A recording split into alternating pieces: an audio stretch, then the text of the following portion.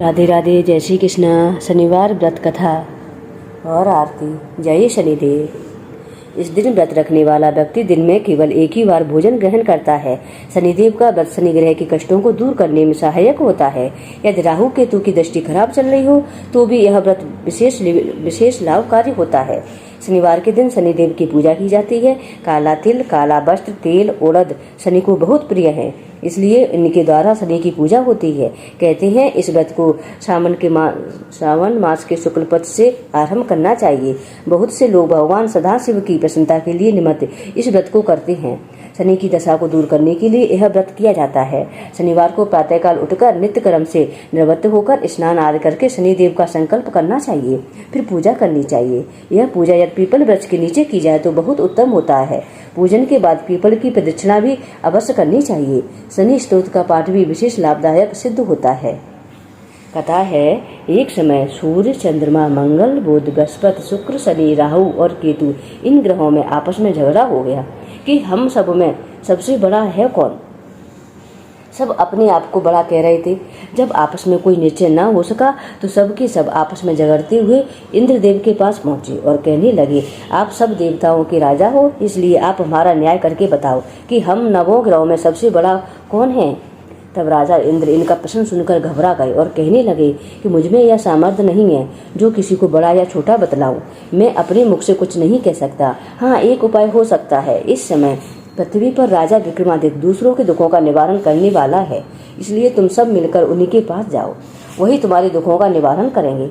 ऐसा वचन सुनकर सभी ग्रह देवता चलकर भूलोक में राजा विक्रमादित्य के सभा में जाकर उपस्थित हुए और अपना प्रश्न राजा के सामने रखा। राजा उनकी बात सुनकर बड़ी चिंता में पड़ गए कि मैं अपने मुख से किसको बड़ा और किसको छोटा बताऊं। जिसको छोटा बताऊंगा वही क्रोध करेगा। किंतु उनका झगड़ा निपटाने के लिए उन्होंने एक उपाय सोचा। उन्होंने सोना, चांदी, कांसा, पीतल, सीसा, रांगा, जस्ता, अभ्रक और लोहा आदि 9 धातुओं के 9 आसन बनवाए। सब आसनों को क्रम से, जैसे सोना सबसे पहले, लोहा सबसे पीछे बिछाए गए। इसके बाद राजा ने सब ग्रहों से कहा, हे देवो, ये 9 आसन क्रम से रखे हुए हैं। जिसका आसन सबसे आगे है वह सबसे बड़ा है और जिसका आसन सबसे पीछे है वह सबसे छोटा है। शनिदेव का आसन सबसे पीछे था, इसलिए शनिदेव ने समझ लिया कि राजा ने मुझको सबसे छोटा बना दिया है। इस पर शनि को बड़ा क्रोध आया। उसने कहा, राजा, तू मेरे पराक्रम को नहीं जानता। सूर्य एक राशि पर 1 महीना, चंद्रमा 2.25 महीने, मंगल 1.5 महीना और बृहस्पति 13 महीने, बुध और शुक्र 1 से 2.5 महीने और राहु केतु उल्टे चलते हुए केवल 18 महीने तक राशि पर रहते हैं। किंतु मैं एक राशि पर 2.5 अथवा 7.5 साल तक रहता हूँ। बड़े से बड़े देवताओं को भी मैंने भीषण दुख दिया है। राजन सुनो, राम जी को 7.5 तिहाई तो उन्हें वनवास हो गया। रावण पर आई तो राम लक्ष्मण ने सेना लेकर लंका पर चढ़ाई कर दी। रावण के कुल का मैंने सर्वनाश करा दिया। इसलिए हे राजन, अब मैं तुम्हारी राशि पर आ गया हूँ, अतः अब तुम सावधान रहना। राजा कहने लगा, जो कुछ भाग्य में होगा देखा जाएगा। उसके बाद अन्य ग्रह तो प्रसन्नता के साथ चले गए, किंतु शनिदेव बड़ी क्रोध के साथ वहां से सिधारे। कुछ काल व्यतीत हो जाने पर जब राजा को 7.5 की दशा आई तो शनिदेव अश्वों के सौदागर बनकर अनेक सुंदर अश्वों के सहित राजा की राजधानी में आ गए। जब राजा ने सौदागर के आने का समाचार सुना तो अश्वपाल को अच्छे अश्व खरीदने की आज्ञा दी। अश्वपाल ऐसी अच्छी नस्ल के अश्वों को देखकर और उनका मूल्य सुनकर चकित रह गया। उसने तुरंत ही लौटकर यह समाचार राजा को दिया कि अश्वों का मूल्य चुकाना संभव नहीं है। तब राजा स्वयं वहां पहुंच गए। उन्होंने सौदागर रूपी शनिदेव के समक्ष एक सुंदर और स्वस्थ अश्व चुना। वह जैसे ही अश्व पर चढ़े, अश्व बेकाबू हो गया और हवा में बातें करने लगा। राजा ने अश्व को साधने की बहुत कोशिश की, किंतु वह अश्व लगातार भागता रहा। अंत में वह राजा को एक वियावान वन में पटक कर अंतर्ध्यान हो गया। यह देख राजा समझ गए कि शनिदेव का कार्य शुरू हो गया है। इसके बाद राजा अकेला वन में भटकता फिरता रहा। बहुत देर के बाद राजा ने भूख और प्यास से दुखी होकर भटकते भटकते एक ग्वाले को देखा। ग्वाले ने राजा को प्यास से व्याकुल देखकर पानी पिलाया। राजा की उंगली में एक अंगूठी थी। उन्होंने उसे निकालकर प्रसन्नता के साथ ग्वाले को दे दी और शहर की ओर चल दिए। राजा शहर में पहुंचकर एक सेठ की दुकान पर जाकर बैठ गए और अपने आप को उन्होंने उज्जैन का रहने वाला तथा अपना नाम भीगा बतलाया। सेठ ने उनको कुलीन मनुष्य समझकर जल आदि पिलाया। भाग्यवश उस दिन सेठ की दुकान पर बिक्री बहुत अधिक हुई। तथा तब सेठ उनको भाग्यवान पुरुष समझकर भोजन कराने के लिए अपने साथ ले गया। भोजन करते समय राजा ने आश्चर्य की बात देखी कि कुटी पर हार लटक रहा है। वह कुटी उस हार को निगल रही है। भोजन के बाद कमरे में आने पर जब सेठ को कमरे में हार न मिला तो सबने यही निश्चय किया कि सिवाय बीका के कोई इस कमरे में आया नहीं, अतः अवश्य ही उसी ने हार को चुराया है। किंतु बीका ने हार लेने से मना कर दिया। इस पर 5-7 आदमी इकट्ठे होकर उसको कोतवाल के पास ले गए। कोतवाल ने उसको राजा के सामने उपस्थित कर दिया और कहा कि ये आदमी तो भला प्रतीत होता है, चोर मालूम नहीं होता, किंतु सेठ का कहना है कि इसके सिवाय और कोई घर में आया ही नहीं, अवश्य ही इसी ने चोरी की है। तब राजा ने आज्ञा दी कि इसके हाथ पैर काटकर चौरंगिया किया जाए। राजा की आज्ञा का तुरंत पालन किया गया और बीका बने राजा विक्रमादित्य के हाथ पैर कटवा दिए। इस प्रकार कुछ साल व्यतीत होने पर एक तेली उनको अपने घर ले गया और कोलू पर उसको बिठा दिया। बीका उस पर बैठे हुए जुबान से बैल हाँकते रहे। जब शनि की दशा समाप्त हो गई तो एक रात को वर्षा ऋतु के समय वह मल्हार राग गाने लगे। तब उनका गीत सुनकर उस शहर के राजा की कन्या उस राग पर मोहित हो गई और दासी को खबर लेने को भेजा कि शहर में कौन गा रहा है। दासी सारे शहर में फिरती फिरती क्या देखती है कि तेली के घर में कोलू पर बैठा एक चौरंगिया राग गा रहा है। दासी ने महल में आकर राजकुमारी को सब बात बताई। उसी समय रानी ने अपने मन में यह प्रण कर लिया, चाहे कुछ भी हो मैं इस चौरंगिया के साथ ही विवाह करूंगी। प्रातः काल होते ही जब दासी ने राजकुमारी को जगाना चाहा तो राजकुमारी अनशन व्रत लेकर पड़ी थी। तब दासी ने रानी के पास जाकर राजकुमारी के न उठने का वृतांत बताया। तब रानी तो तुरंत ही वहां पर आकर राजकुमारी को जगाया और उसके दुख का कारण पूछा। तो राजकुमारी ने कहा कि माताजी, मैंने यह प्रण कर लिया है कि तेली के घर में जो चौरंगिया है उसी के साथ मैं विवाह करूंगी। माता ने कहा, पगली है, क्या बात कर रही है? तेरा विवाह किसी देश के राजा के साथ किया जाएगा।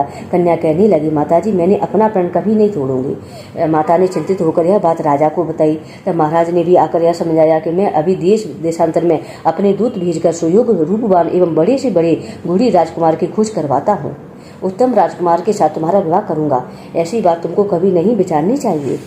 कन्या ने कहा, पिताजी, मैं अपने प्राण त्याग दूंगी किंतु दूसरे से विवाह नहीं करूंगी। इतना सुनकर राजा ने क्रोध से कहा, यदि तेरे भाग्य में ऐसा ही लिखा है तो जैसी तेरी इच्छा हो वैसा ही कर। राजा ने तेली को बुलाकर कहा कि तेरे घर में जो चौरंगिया है उसके साथ मैं अपनी कन्या का विवाह करना चाहता हूँ। तेली ने कहा, यह कैसे हो सकता है? कहाँ आप हमारे राजा और कहाँ मैं एक नीच तेली। परंतु राजा ने कहा कि भाग्य के लिखे को कोई टाल नहीं सकता, तू अपने घर जाकर विवाह की तैयारी कर। राजा ने उसी समय तोरण और बंधन वार लगवाकर अपनी राजकुमारी का विवाह चौरंगिया बने विक्रमादित्य के साथ कर दिया गया। रात्रि को जब विक्रमादित्य और राजकुमारी महल में सोए हुए थे, आधी रात के समय श्री शनिदेव भगवान विक्रमादित्य को स्वप्न दिया और कहा, मुझको छोटा बतलाकर तुम्हें कितना दुख उठाया। राजा ने क्षमा मांगी। शनिदेव ने प्रसन्न होकर विक्रमादित्य को हाथ पैर दिए। तब राजा ने कहा, महाराज, मेरी एक प्रार्थना स्वीकार करें कि जैसा दुख आपने मुझे दिया ऐसा और किसी को न देना। शनिदेव ने कहा कि तुम्हारी यह प्रार्थना मुझे स्वीकार है। जो मनुष्य मेरी कथा सुनेगा या कहेगा उसको मेरी दशा में कभी किसी प्रकार का दुख नहीं होगा, और जो नित्य ही मेरा ध्यान करेगा या चींटियों को आटा डालेगा उसके सब मनोरथ पूर्ण हो जाएंगे। इतना कहकर शनिदेव अपने धाम को चले गए। राजकुमारी की आँख खुली तो उसने राजा विक्रमादित्य के हाथ पांव सही सलामत देखी। यह देखकर राजकुमारी को बहुत आश्चर्य हुआ। तब राजा विक्रमादित्य ने पत्नी को बताया कि यह कोई तेली नहीं है बल्कि उज्जैन के राजा विक्रमादित्य हैं। यह बात सुनकर राजकुमारी अत्यंत प्रसन्न हुई और प्रातःकाल राजकुमारी से उसकी सखियों ने पूछा तो उसने अपने पति का समस्त वृतांत कह सुनाया। तब सबने प्रसन्नता प्रकट की और कहा कि ईश्वर ने आपकी मनोकामना पूर्ण कर दी। जब उस सेठ ने यह बात सुनी तो वह विक्रमादित्य के पास आया और राजा विक्रमादित्य के पैरों पर गिरकर क्षमा मांगने लगा कि आप पर मैंने चोरी का झूठा दोष लगाया, अतः आप मुझको चाहे दंड दें, जो चाहे दंड दें। राजा ने कहा, मुझ पर शनिदेव का कोप था, इसी कारण यह सब दुख मुझको प्राप्त हुआ। इसमें तुम्हारा कोई दोष नहीं है। तुम अपने घर जाकर अपना कार्य करो। सेठ बोला कि मुझे तभी शांति होगी जब आप मेरे घर चलकर प्रीतिपूर्वक भोजन करोगे। राजा ने कहा, जैसी आपकी इच्छा हो वैसा ही करें। सेठ ने अपने घर जाकर अनेक प्रकार के सुंदर भोजन बनवाए और राजा विक्रमादित्य को प्रतिभोज दिया। जिस समय विक्रमादित्य भोजन कर रहे थे, एक अत्यंत आश्चर्य की बात सबको दिखाई दी कि जो कुटी पहले हार निकल रही थी वह अब हार उगल रही है। जब भोजन समाप्त हो गया तो सेठ ने हाथ जोड़कर बहुत सी मोहरें राजा को भेंट की और कहा कि मेरी श्री कंवर नामक एक कन्या है, उसका पाणी ग्रहण आप करें।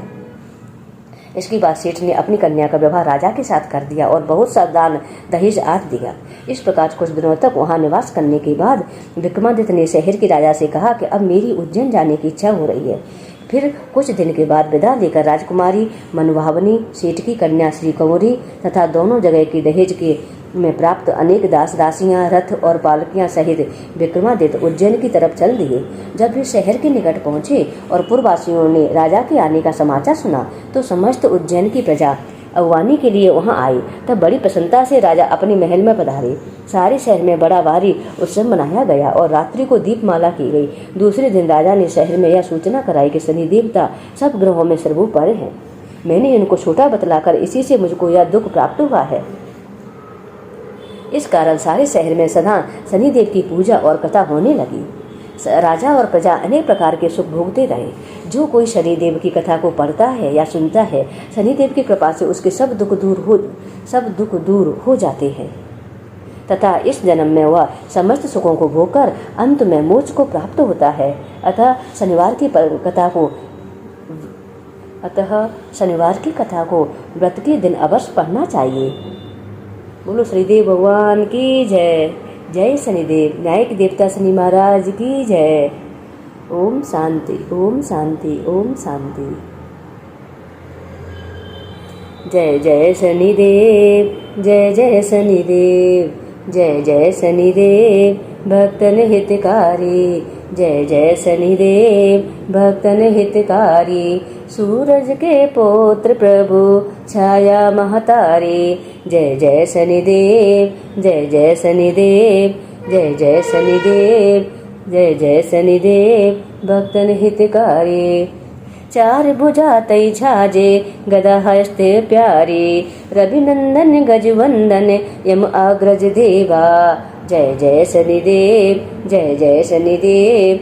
कष्ट न सो नर पाते करते तब सेवा। तेज अपार तुम्हारा स्वामी सहा नहीं जावे। तुमसे विमुख जगत में सुख नहीं पावे। जय जय शनिदेव, जय जय शनिदेव। नमो नमो रविनंदन सब ग्रह सिर ताजा।